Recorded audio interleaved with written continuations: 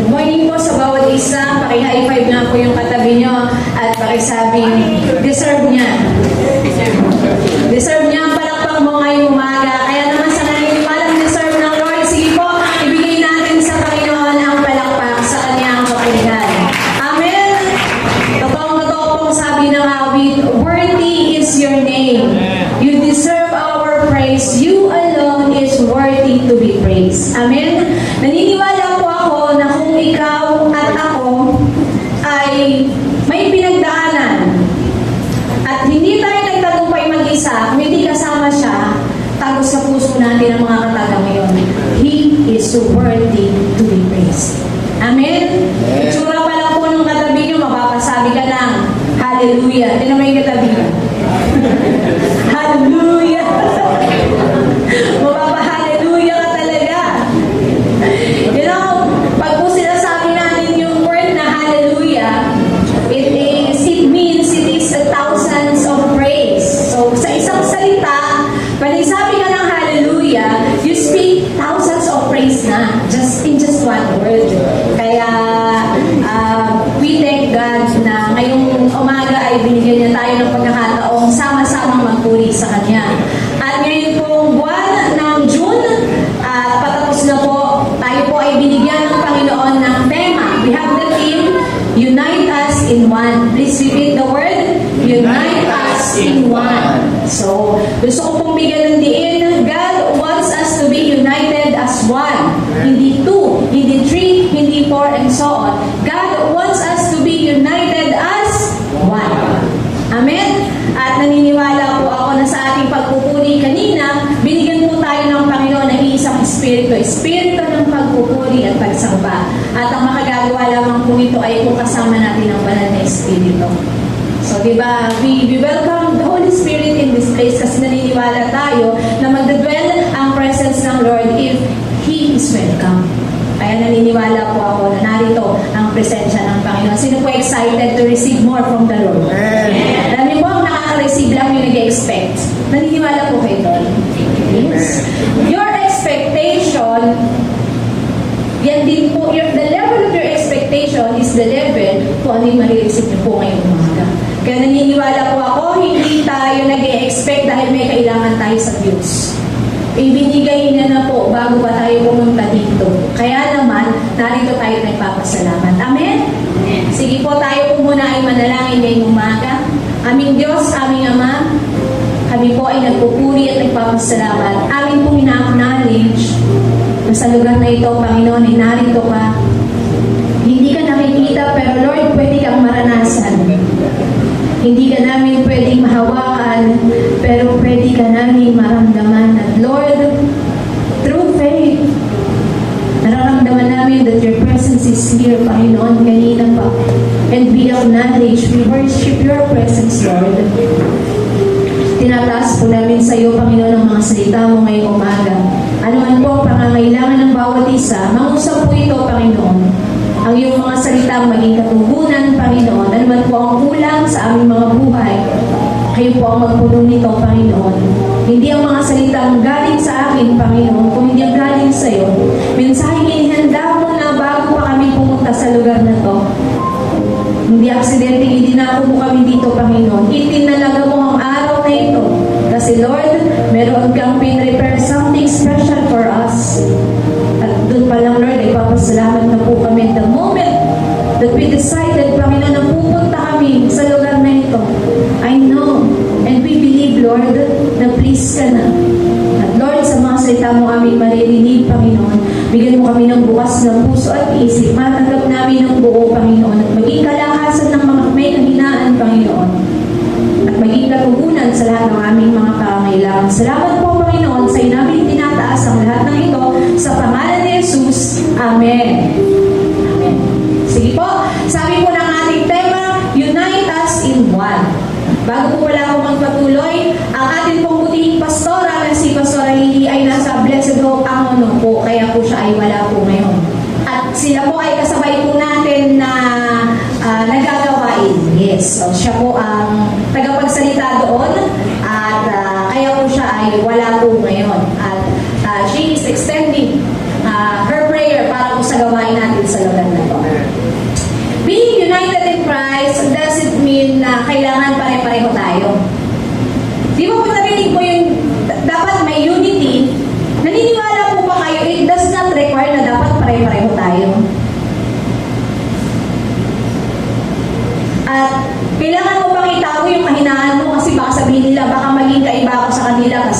medyo may ganito akong kahinaan. Meron akong ganitong pagkakaiba sa kanila.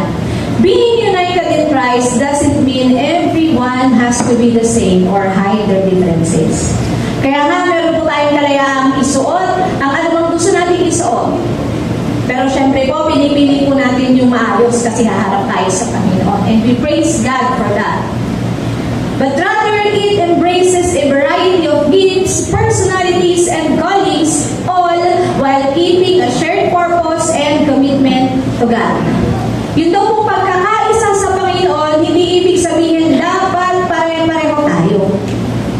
Kung doon pa lang po ang basihan, hindi na po natin kakayanin magkaisa kasi itsura pa lang, magkakaiba po tayo. Yan po, may gusto po ng maikling buhok, may gusto ng mahaba, yan po, may gusto ng may kulay, may gusto ng black na. We have all our differences, sa height pa lang eh. Yan po. Oh.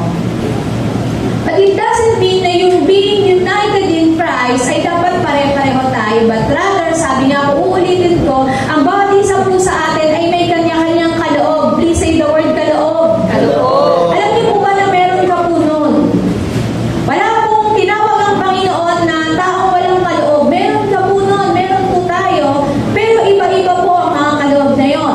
Meron po tayong kanya-kanyang personalidad, magkakaiba po tayo.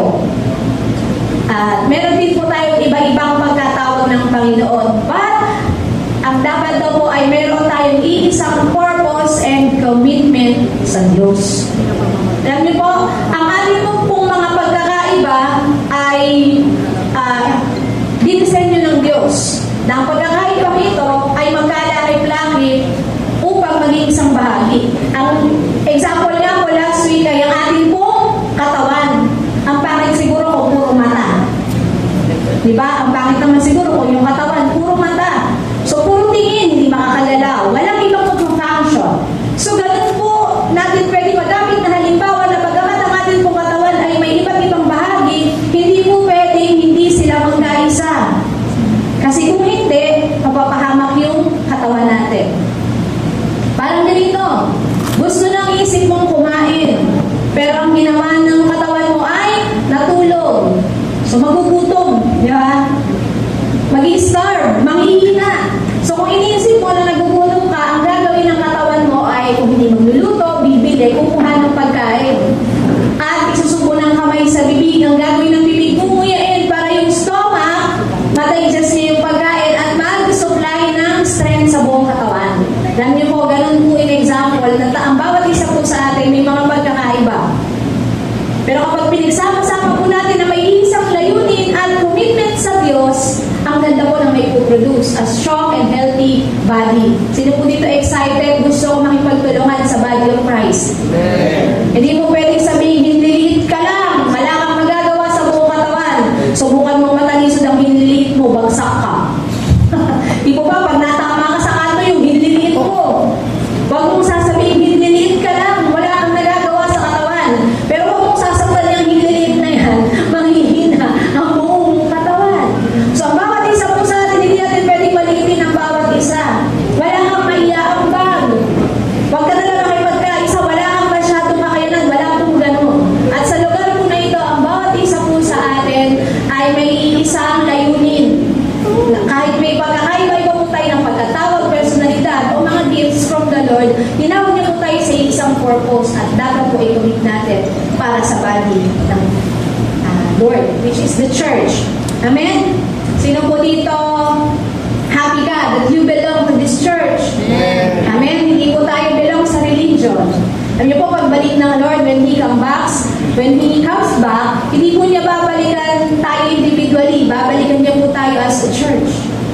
Kaya sabi niya, ang maganda sa Lord, hindi siya nakatingin sa sa lugar. Kahit ganito lang po kasimple ang ating church, He is with us.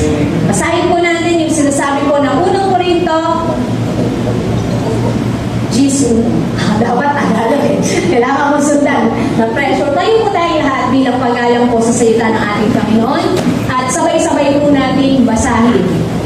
Ngayon, ipinamamanhid ko sa inyo, mga kapatid, sa pamamagitan ng pangalan ng ating Panginoong Jesucristo, na kayong lahat ay magsalita sa isa lamang bagay at huwag magkaroon sa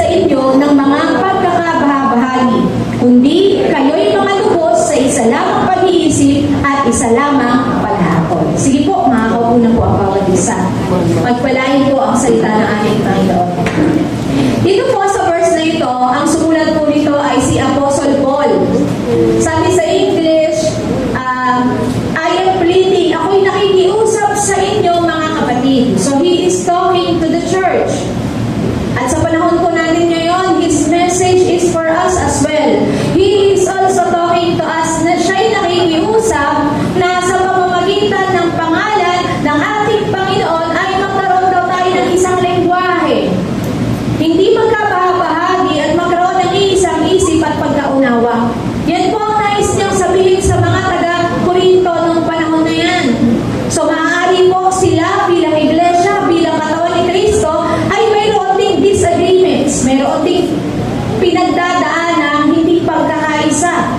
So sabi ni Apostle Paul, sa pamamagitan ng pangalan ng ating Panginoong Jesucristo. Hindi naman po tayo napunta sa lugar na to sa kung kaninong pangalan po. Tama po ba? Klaro po ba sa atin yon? Tayo po ay naparito sa iisang pangalan. Kanino po? Sa pangalan ng ating Panginoong Jesus. Wag po kayong pumunta dito sa pangalan ng Blessed Hope. Wala pong maliligtas sa pangalan ng Blessed Hope. Hindi po sa pangalan ni Pastor Halili o kung ninyo man. Tayo po ay pumunta, tayo po ay nakikibahagi, nakikiisa sa iisang pangalan, sa pangalan ng ating Panginoong Jesus. At maliban dyan, wala na pong iba. Malinaw po sa atin, tama mo? Para po magkaroon tayo ng pagkakaisa. Ngayon, tatlong bagay po, kung meron tayong mga pagkakaiba, meron tayong hindi pagkakatulad, at may mga kanya-kanya tayong kaloob, paano tayo magkakaisa? Paano tayo magiging united as one? So una po, we must focus on Jesus. Nabanggit ko po kanina na sa ating pong pagpunta sa lugar na to, sa ating pag-awit, sa ating pagpupuri, sa ating pagpalakpak, kanino po daw dapat nakapokus? Kay Jesus. Wala na pong iba. Kaya nga sabi ni Paul doon sa verse, sa pamamagitan ng pangalan ng ating Panginoong Jesus. Hindi niya sinasabi na, mga kapatid, sa pamamagitan ko, ang laki ng hirap ko sa inyo, baka naman, hindi niya sinabi gano'n. Ang sabi niya ay, sa pamamagitan ng pangalan ng ating Panginoong Jesus. So, ibig kong sabihin, upang ang bawat isa sa atin ay magkaroon ng pagkakaisa, despite na magkakaiba tayo, dapat isa ang focus na kanino? Na kay Jesus. During prayer, na kanino ang focus? Na kay Jesus. When you worship, when you sing, na kanino dapat ang focus? Kay Jesus. Hindi yung sabi mo, worthy is your name. Repeat ka sa crush mo yun. Jesus. Pero sumisilay ka. Focus ba kay Jesus yun? Hindi. O kaya kumakanta ka, pero doon ka lang nakatingin sa nagigitara. Ang cute niya. Grabe. Focus ba kay Jesus yun? Yung kanta, yung awit para kay Lord, pero yung focus, wala. So kung doon pala, hindi tayo united, kasi bakit hindi focus kay Lord? So in order for us to pala na magkaroon ng pagkakaisa, dapat ang focus natin lagi kay Lord. Bakit ka mag-church? Andun si Jesus, andun yung presensya niya. Pupurihin ko siya. Bakit ka mag-church? Ang laki kasi ng problema ko, sis. Kung alam mo na, kailangan ko pumunta sa church. Alam niyo po, kahit pumunta tayo sa church, wala pong magagawa yung iglesia. Pero alam niyo po kung bakit nagkakaroon ng power na pag pumunta tayo dito, gumagaan tayo paglabas kasi nandito ang Panginoon. Pero kung hindi natin siya masusumpuan sa lugar na to at wala sa kanyang focus natin, uuwi tayo mas mabigat kaysa dati. Kasi yung expectation mo, pag pumalakpak ka mo, wala na yung problema mo. Nakapag sumimpa ka, yun na yung katugunan sa problema mo. No. Ang katugunan po ay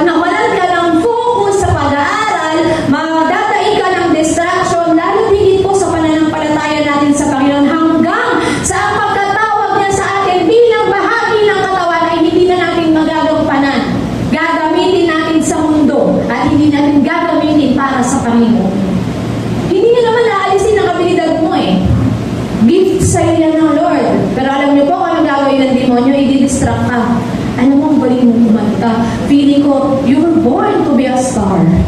Kanta ka dito, kanta ka doon, pero nakalimutan mo, yun ang bigay sa'yo ng kaloob ng tinitay mula sa Panginoon, nakalimutan natin gamitin para sa kaluguran niya. Hindi po masama, sumali.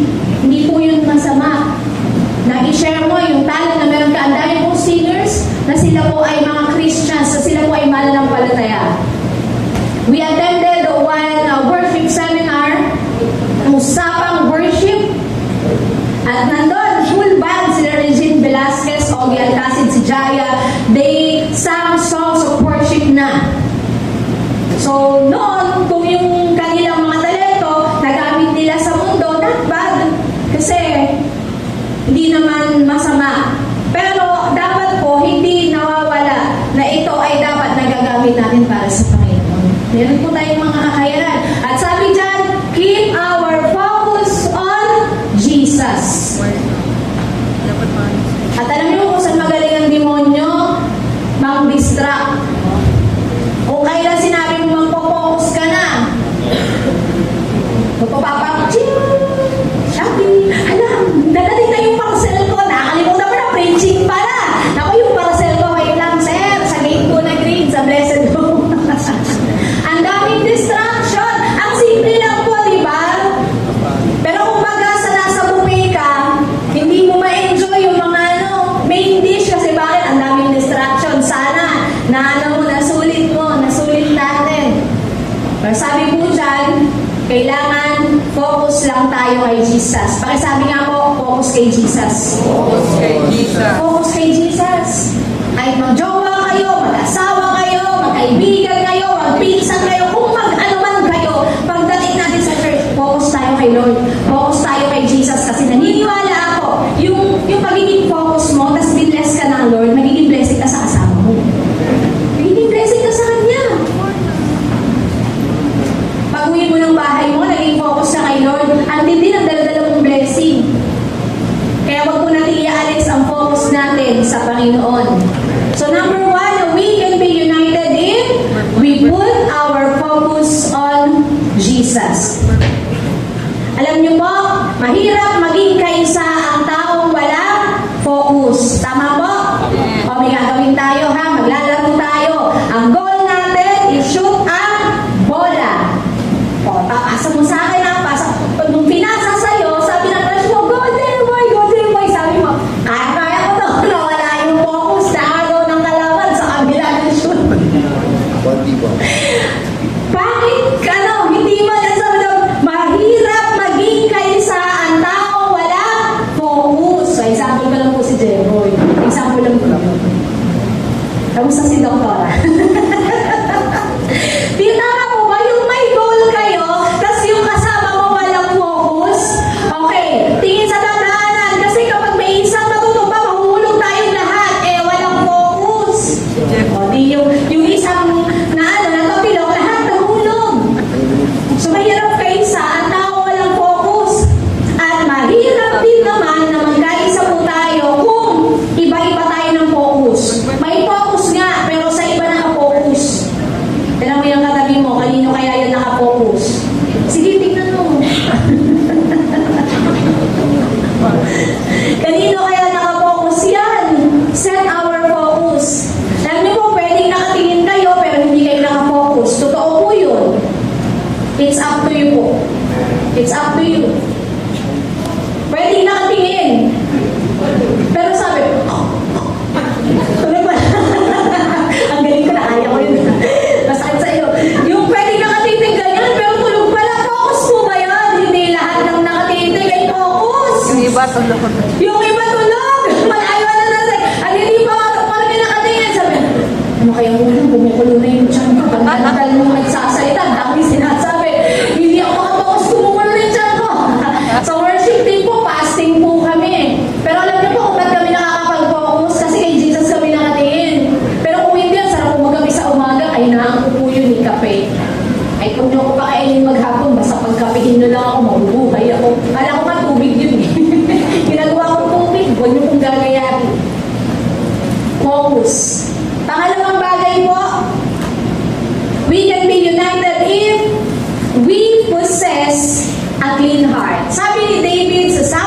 51:10, create in me a clean heart, O God, and renew a right spirit within me. Alam niyo po ang kasunod ng malinis na puso?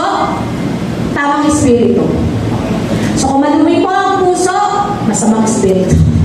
Hindi po ako ang isabi ha. Sabi po ng word ng Lord, sabi ni David, Lord, create in me a clean heart. Kasi that time, siya po ay nagkasala sa Panginoon. Sabi niya, Lord, likhaan mo ako ng bagong puso and renew a right spirit within me. Kaya alam niyo po, kapag marumi ang puso, masamang espiritu ang nandun.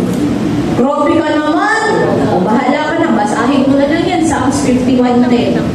We can't deny. Bakit ka nagkasala? Mabuting espiritu ba nagdulot nun? Never ever na mangyayari ng Espiritu Santo na, o sige, okay lang yan, basta konting kasalanan lang. Konti lang ha, kung dadagdagan. He will never tolerate us in doing wrong things. So, ayon sa gusto mo natin, para humirap lang, masama ba yun? Namatay ka ba nung inirapan kita? Ganun pa yung katwingan. Bakit ka umirap? May galit ka sa puso, galing yun sa puso. Simpleng pag-irap, simpleng pagsimagod, simpleng pagdedma. Hindi ko ba malinagay ko para sa'yo? Sino ka ba? Ganyan ha? Saan galing yun? Sa puso. Sorry. Eh, sorry. Ako maamin ay lumalaya.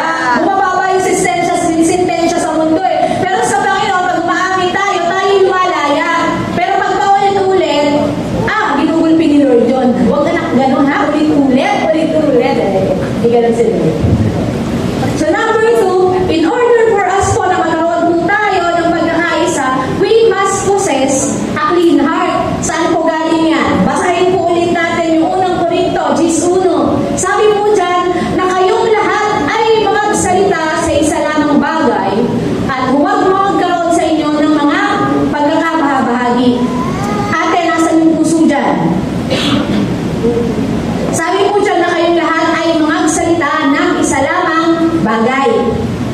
Out of the abundance of the heart, the mouth speaks. Kaya tinan mo, mahirap magkaisa kapag ang lumalabas sa bibig natin ay negatibo. Saan galing yon? Sa puso. Imposibleng magsasalita siya ng mga pangit, ngunit ang laman ng puso niya ay maganda. Vice versa, hindi po pwede. So sabi dyan, upang magkaroon tayo ng isang lengguwahe, at ang lengguwahe tinutukoy ni Pablo ay ang salitang may pagkakaisa sa ikatatatag at ikalalakas sa bawat isa. Ito ay nanggagaling po sa malinis na puso. Imposible namang malinis yung puso mo, ang lalabas dyan ay marumi. Imposible po yun. For out of the abundance of the heart,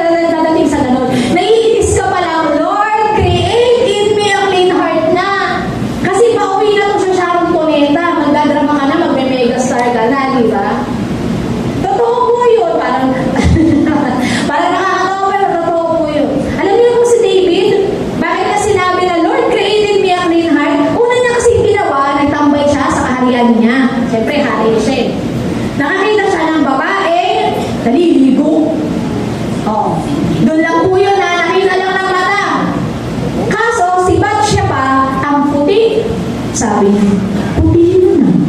Please. Will. Di ba ba mag-simple? Baka napasimple siya. Okay. Alam niyo po, malupit. Sabi niya sa altin. Ika, sino yun? Ay, si Bathsheba po. Sabi niya, patawag mo nga. Mula sa mata, last ko, ano? So, nagkalas na siya sa puso. Malupit, pinatawag pa. O kung maganda sa malayo, mas maganda sa malapit. Sa Facebook lang naman puso yung ang ganda sa Facebook. Eh di sorry. Ang ganda ng profile mo sa personal lang. Yan. Kasi Bathsheba po noon, walang makeup, walang skincare. So kapag maganda ka talaga, makinis ka, totoong beauty mo yun. Ano po, wala pa, di ko alam kung meron na silang lotion, ano po, Avon. Di ko alam, wala po silang gano'n, ha? Ano po, pre-advertising. So, di ko alam kung anong pinapahin nila. Pero sabi ng Bible, ang ganda ni Bathsheba, pinatawag ni David, and the rest is history. Hindi niya lang sinipingan, naanakan niya pa. Pagkatapos siyang anakan, gusto niya pagtakpan yung kasalanan niya, pinapatay niya pa yung asawa ni Bathsheba. One sin calls for another. Kaya importante po, may malinis tayong puso. Akala mo simpleng nagandahan ka lang. Akala mo simpleng naakit ka lang. Pero we doesn't know kung saan tayo pwede dalhin ng bagay na yon. So we would like to acknowledge po yung presence po na pagdating po na ating Pastora Lee. At si Pastora Bel from Blessed Hope ng Mono. Yes, tapos na po ang kanilang gawain doon. Kasama ko ng mga manggagawa. So see, kung wala tayong malinis na puso, ikaw pa lang eh. Hindi na kayo magkakaisa ng sarili mo eh. Diba? Parang ang hirap nun, sarili mo na lang, hindi mo pa makasundo. Tapos gusto natin magkaisa tayo, very impossible. So in order for us to be united, we must possess a clean heart. At ang kasunod mo ng clean heart, right spirit. Huwag kang pumayag, may bad spirit sa loob mo. Alam mo, sa tuwing nakikita ko siya, kumukulo ang dugo ko. Alam mo lang talaga yung demonyo ba? Sa tuwing nakikita ko siya, kumukulo yung dugo ko. Idiomatic expression, kumukulo na yung dugo. Ibig sabihin, nagagalit na inis. Saan po galing yun? Sa puso. So kung hindi natin ito babantayan, kung ito po ay dudumi, ito po ang magtutulak sa ating magsalita ng mga bagay na magtutulak para hindi tayo maging kaisa ng katawan ni Kristo. Kaya ano po sabi ni Pablo sa verse, na kayong lahat ay magsalita sa isa lamang bagay at huwag magkaroon sa inyo ng mga pagkakabahagi. Ano pa po? Pag ang puso na puno ng inggit, lahat ang sasabihin mo, pabor sa'yo at hindi sa iba. Lahat ang sasabihin mo ay yung mga bagay na okay sa'yo, pero hindi para sa iba, hindi para sa kapakanan ng iba. So, ganyan po ang sinabi ni Pablo sa mga taga-Korinto. Kasi marahil, posibleng, mayroon na silang pagkakabahagi. Alam ka naman sabihin niya yan, nagkakaisa naman pala sila. Binilang ko si Pablo. Diba? So, sabi niya, upang magkaroon po tayo ng isang lingwahe, una, we must focus on Jesus. At kung focus ka kay Lord, dapat we must possess a clean heart. Hindi po natin bantayan. Ang bilis po dumumi ng puso. Sa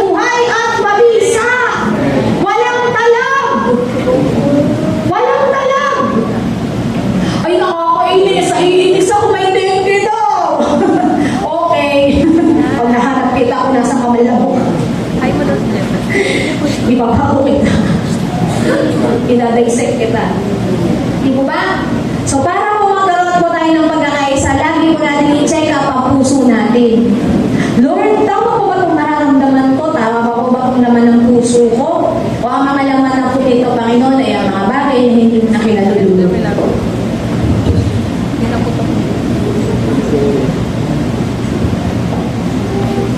At pangatlo po, we must have a renewed mind.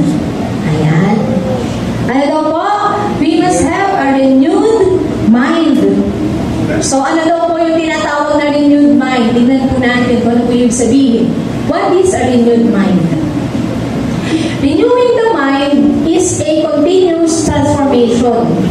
Pakisabi sa katabi mo, continuous. Continuous. Hindi dapat may linggo. Renewing the mind is continuous transformation in a person's thinking and perspective. Dapat daw yung ating mga lumang kaisipan ay mayroong continuous transformation. Pihitin ba? Pihitin ba? Pihitin, pihitin.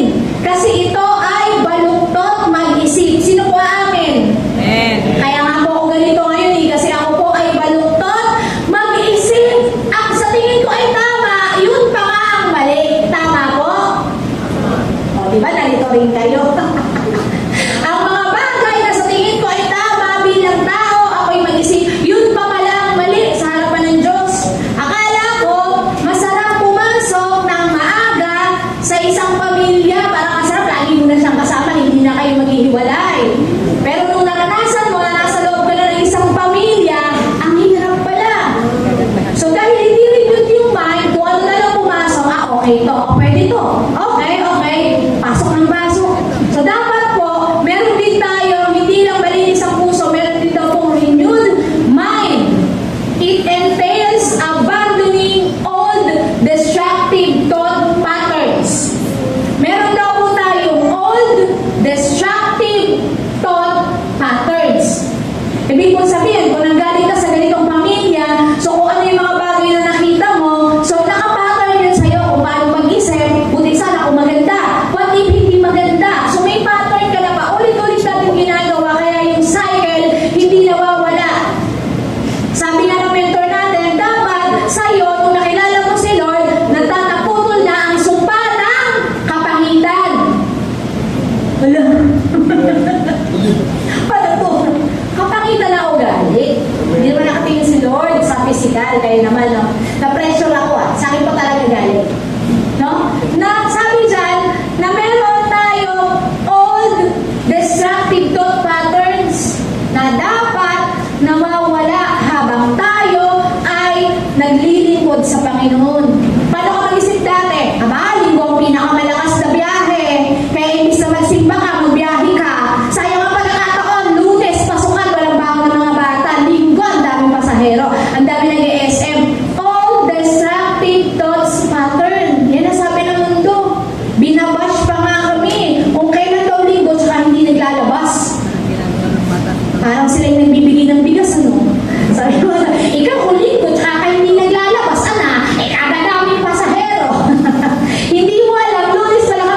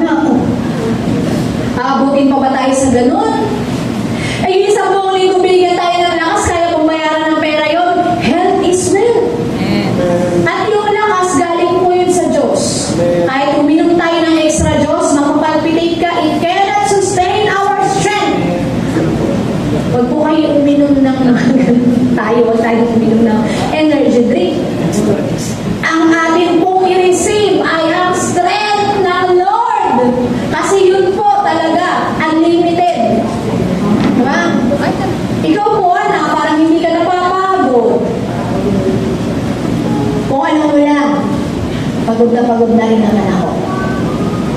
Pero merong nakatukod sa likod ko eh. Kaya hindi ako bumabagsak. Amen. Ang Diyos. Amen? So ano pong kalugihan? Na naglilingkod tayo sa Panginoon, nakikita ng mundo. Alala mo dati, nabash kami. Amen? Yun daw Diyos, isang araw lang pinigay na pagpapahinga. Kami daw, dalawa. Marunong pa daw kami sa Diyos. Ano ba pinakagalit niya? Sabi ng Diyos, isang araw pinagpahinga kayo, dalawa. Bakit dalawa? Nagpa-practice nga. So dalawang araw kami na dito. Sabi, ansap, ginamitan pa kami ng ginamit pa yung Biblia para patunayan na tama siya. Ang Diyos, isang araw lang nagpahinga, ikaw dalawa. Kasi nga po pag Sabado, nandito kami, nagpa-practice. Sa Linggo, ayan, nandito kami. Pero alam nyo, never naman po kami kumain ng ayoko sabihin yung word kasi baka kumain kayo.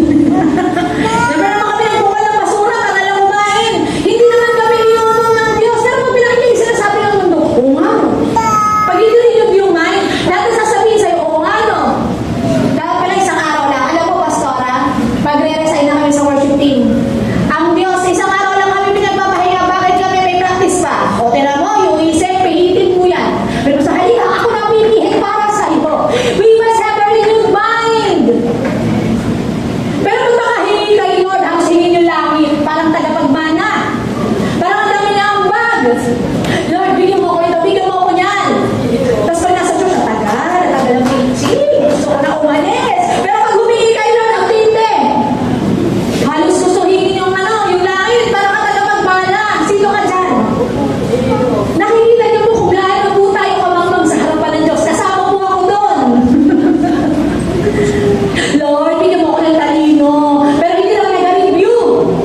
Sabi ni Lord, milagro hinihingi mo. Pengi talino, pero yung libro mo, puro alikabok, buksan mo anak. Doon kita bibigyan ng talino, basahin mo. Ipapaalala ko sa'yo lahat na mababasa mo. Ang oo, nag-aamen si Tabi. Buti pa yung bata. Amen! Buti pa yung bata, umaamen. Di po ba? Kaya pag nakita po natin, kailangan po natin ng renewed mind. Na Christ-centered at ang ating pong perspective ay biblically based. Tingnan mo, kaya tinuturo ni Pastora mag-devotion kayo araw-araw. Kayo mismo, magbasa kayo. Kasi tingnan nyo, nilapatan kami ng word ng Lord. Ang Diyos, isang araw lang nagpahinga. Ikapitong araw nagpahinga ang Diyos. Bakit kayo pupunta kayo sa church? 2 araw pa. Parang tama. So ikaw ngayon, mawawala ka na kasi bakit? Hindi natin yung perspective natin, hindi biblically based, hindi natin alam ang katotohanan. Kailan ginutom ng Diyos ang taong naglilingkod sa Kanya? May nabasa po kayo sa Bible? At naghirap si Moises na malimos sa mga Pariseo sapagkat siya'y gutom na gutom. Kapag may nahanap po kayo, sige po, basahin natin. Meron po ba? Si Esteban nga binabato na pinapatay siya papatay siya, i-stone to death siya. Ano sabi niya? Nakikita ko ang kalangitan, bumubukas, uy kapatid, kinukuha ka na kasi ni Lord. Pero hindi siya sumisigod na aray Lord, ang sakit hindi. Ano sabi ni Esteban? Nakikita ko bumubukas ang langit kasi kinukuha na siya ni Lord. Pero alam niyo po, ini-stone to death siya. Ganun pinapatay noon pag nag-share ng word ng Lord. Papatayin ka sa pamamagitan ng pagbato. Dadalhin ka sa plaza, tapos pagtutulungan kang batuhin hanggang sa mamatay ka. Kung hindi rin yung damay ni Esteban, ano maririnig mo sa kanya? Pambihirang buhay ko, nag-share lang naman ako. Pinabawi ko na, huwag na ako batuhin, pinabawi ko na, hindi totoo yun. Narinig ba natin si Esteban na gumanon? Ano ba sabi niya? Higita ko, bumubukas ang langit. Nakita niya agad yung reward of serving. Hindi naman talaga madali. Pero kung naiintindihan mo, ano ang benefit sa'yo ng pakikinig mo ng salita ng Diyos, mas magiging matalino tayo sa buhay. Iba ang pattern ng mundo. Iba, kaya pag sabi mo, hindi, kailangan sumabay ka kasi yun ang takbo ng mundo. Pero hindi sa usapin spiritual. Alam mo, magbukas ka ng tindahan pag dito may intindihan ka ni Lord, mag-pray ka lang din sa bahay mo. I-bless ka na, tinan mo, dahil mo pera, ha?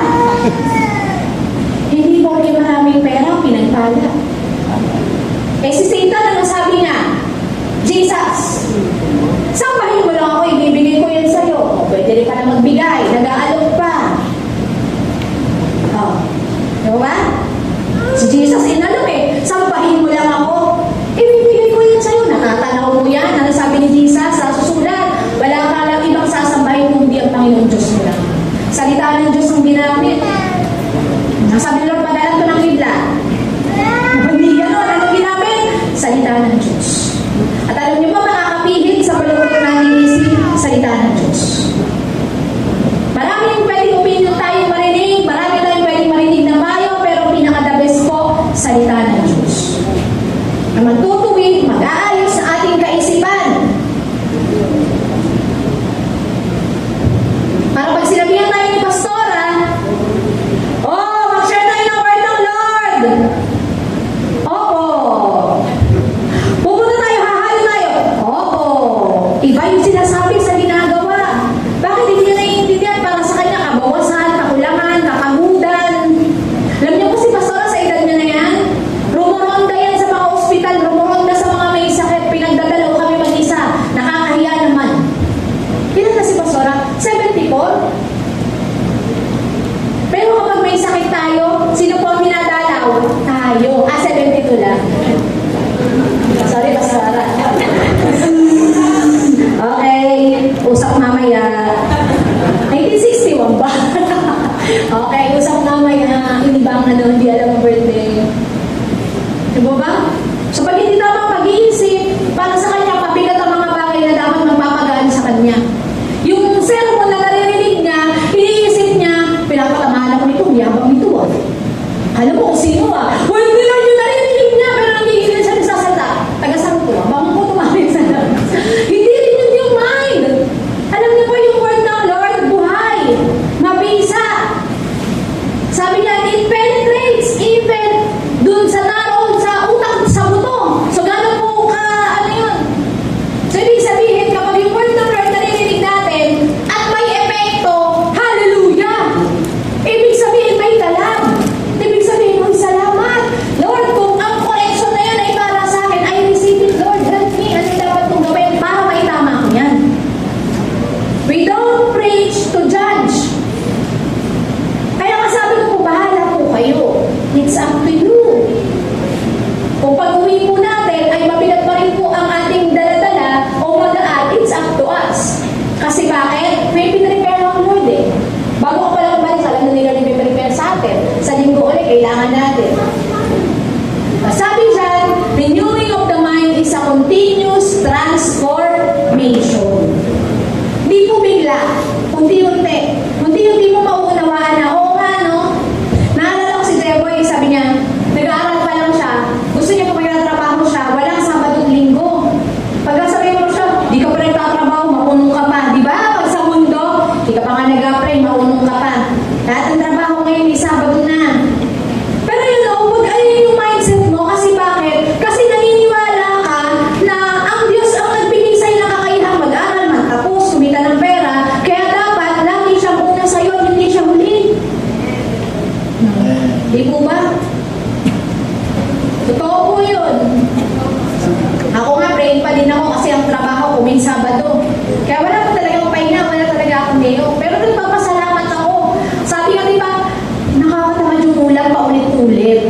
Tapos yung iba wala nakakain, di ba? Nakakapagod pa rin, nakakapagod magtrabaho, aircon pa yun, nakakapagod raw, pero iba nag-construction. Beauty is in the eye of the beholder. Kung tama ka mag-isip, ang makita mo yung mga bagay na magagandang binigay ng Diyos sa'yo. Amen. Nakakatamad, paulit-ulit na lang yung suot ko, walang man lang akong bago, pero yung iba, para sa kanila, Pasko lang sila bibili ng bagong damit. See?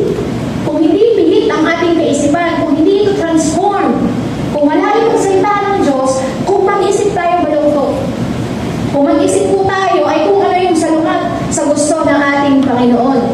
Sabi po dyan, unang Korinto 10:1, sa huling bahagi, kung di kayo yung mga lubos sa isa lamang pag-iisip at tamang paghakol. So, ibig sabihin, kung tayo po ay iba-iba pag-isip, paano tayo magkakaisa? Kung lahat po tayo ay merong renewed mind, merong transformed mind, imposible hindi po tayo magkaisa kapag binigyan tayo ng instruction. Imposible. Sabi po yung mind, battleground. Kasi babago hindi. Tignan mo, pati yan, pinag-iisipan mo pa, baluktot talaga. Tama po. After niya, may opening, magbibigay pa ako hindi, baluktot pa rin talaga. Wala na nga kami, may opening pa. Wala na church na to, baluktot talaga.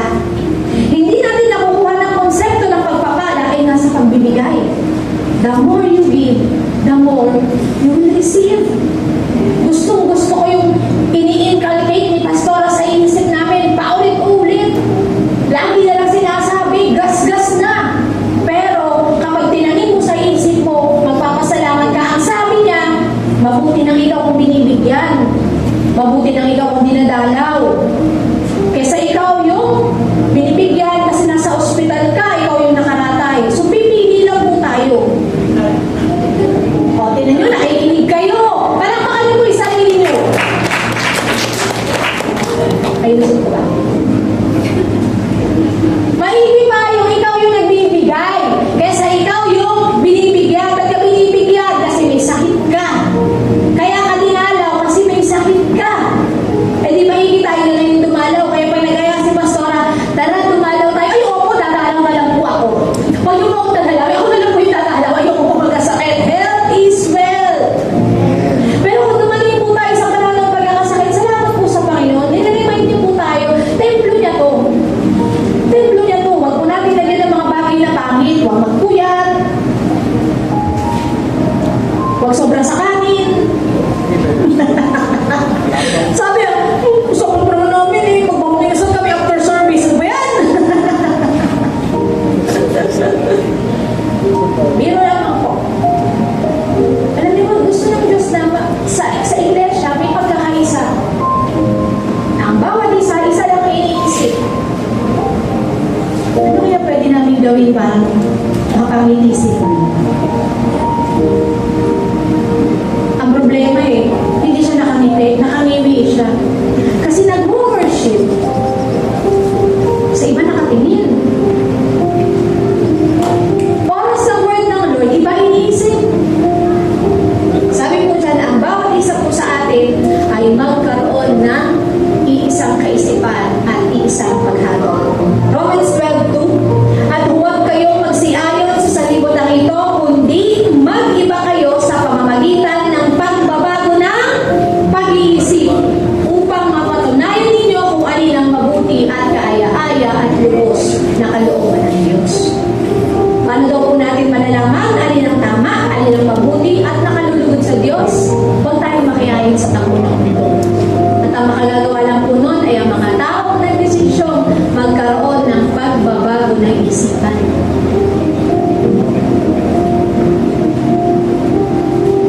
Dito po ako magtatapos. Kanina po sa worship team, bago kami magsalita, binigyan po kami ng example.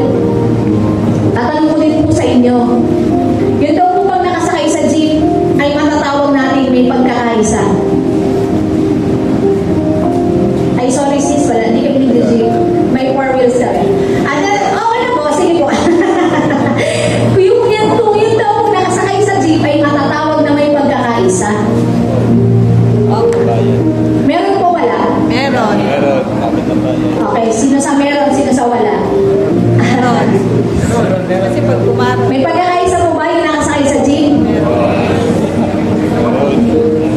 Ang sagot po, wala. kasi pag may kumarap, Tinan nyo, minsan pag nag-abot tayo mo abot eh. Nagtulong-tulungan ka, wala ka. Pag ako nandito sa unahan, ako nag-abot ng bayad nyo. Ano, bisweldo pa ako dito? Hindi naman ako puntok mo na. Kasi ba, magbagal yung buhok sa'yo na nakasakay.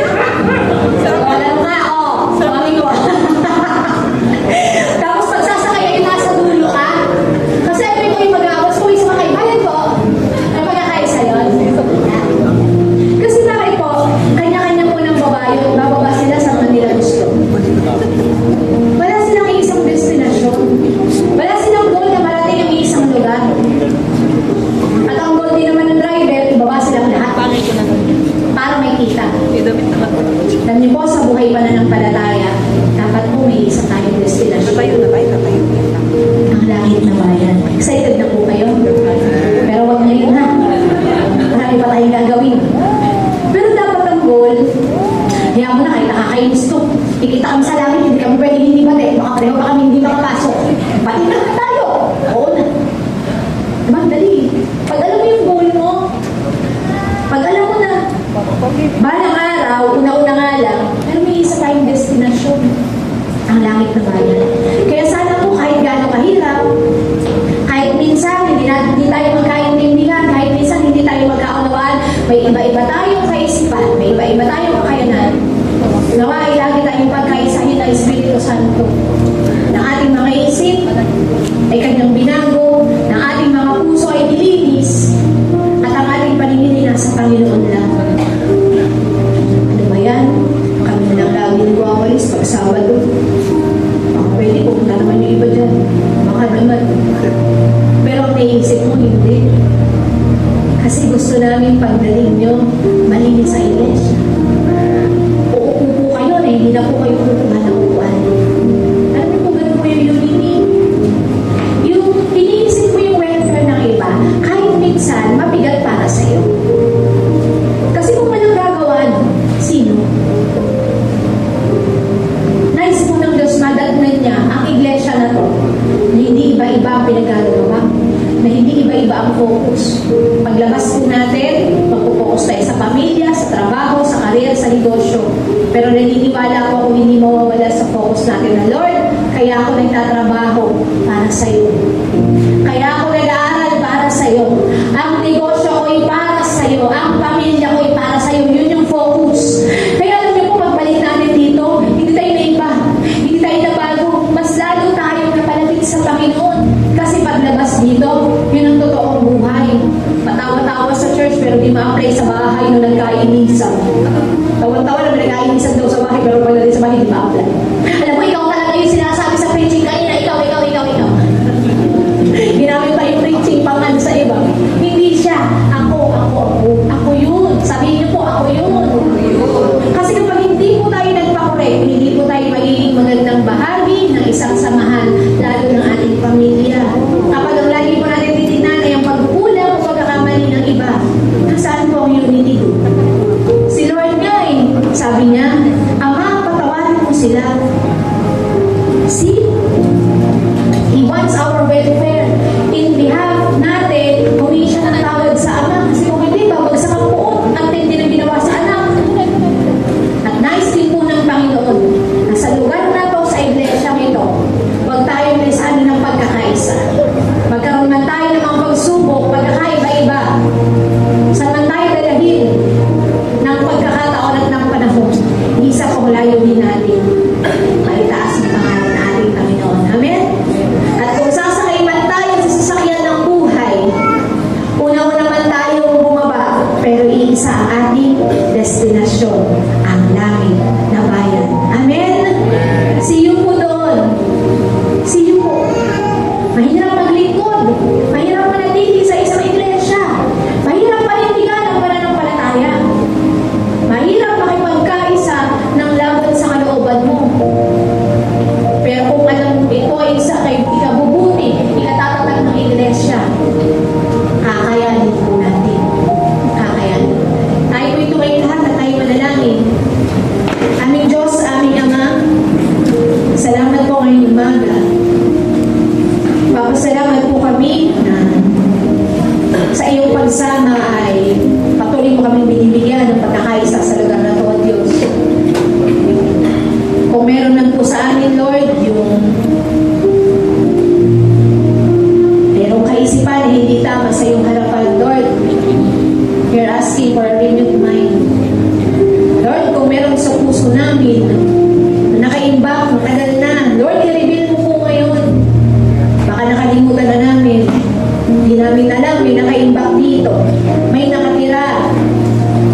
May hindi magandang bagay sa puso namin, Lord, kayo pong mag-alis dito. At Lord, kung yung focus namin nawala na sa iyo, Lord, ibalik niyo nga po kami, Panginoon. Balik niyo po yung pagkakaisa, Lord, sa iglesia ito. Kung mayroon man po, Panginoon, hindi pinagkakaisahan, gayon din sa aming mga tahanan, Panginoon. Ibalik niyo pong pagkakaisa, O Diyos, sapagkat kung nasa naroon ang pagkakaisa, ay naroon ka, Panginoon. Kaya naman ngayong umaga, hayaan niyo nga po katulad ng sinabi ni Pablo, maunawaan din ng aming iglesia, na iglesia ito, Panginoon, na napakahalaga po na mayroon kami iisang layunin, na mayroon kami iisang Diyos na tinitignan, at mayroon kami iisang destinasyon na gustong puntahan. At ito ay ang patungo sa iyo. Salamat po,